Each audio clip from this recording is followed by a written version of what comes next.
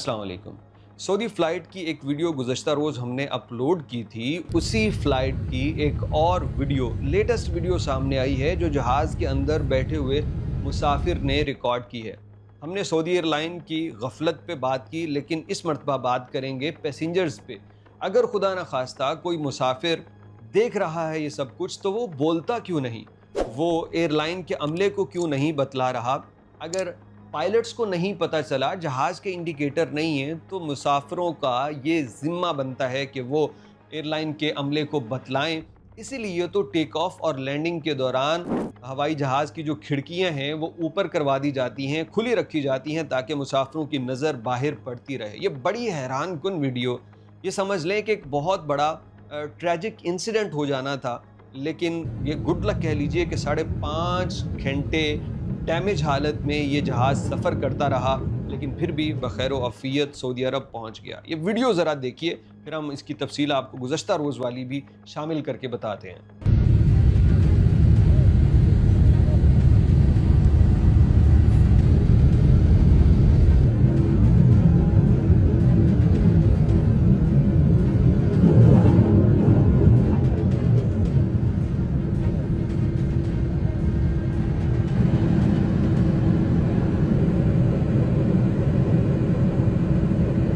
ये वही फ़्लाइट है जिसके मुतल्लिक हमने आपको कहा कि जैसे ही सऊदी अरब में सऊदी फ़्लाइट लैंड करती है, तो देखते हैं कि वो डैमेज है, खून ही खून है। गुज़श्ता रोज़ हमने इसकी तफ़सील आपको बतला दी थी।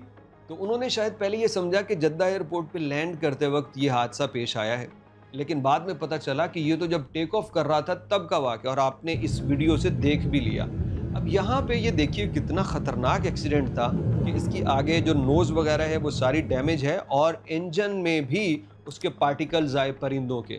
इवन के विंग के ऊपर भी खून के धब्बे, इंजन पे निशानात ये देखे जा सकते हैं।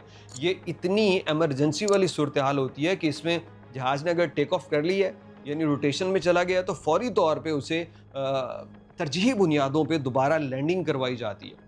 लेकिन पायलट के भी सामने था, उसको कुछ ना कुछ एक झटका या आवाज़ तो आई होगी, उन्होंने इसको नज़रअंदाज कर दिया। अब उसके बाद इस पैसेंजर के पास तो वाज़ेह सबूत था। इसने एयरलाइन के अमले को बतलाया या नहीं बतलाया, ये अभी तक वाज़ेह नहीं हो सका, लेकिन अमूमन अगर मुसाफ़िर ऐसी चीज़ें बता दें, तो जहाज़ फ़ौरी तौर पे इमरजेंसी लैंडिंग कर जाता है।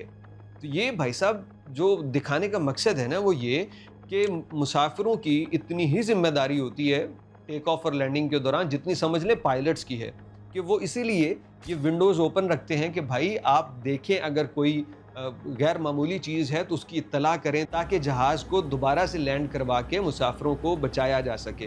अब इस पे इन्वेस्टिगेशन चलेगी। मैंने आपको गुज़िश्ता वीडियो में कहा था, एक लंबा प्रोसीजर होगा।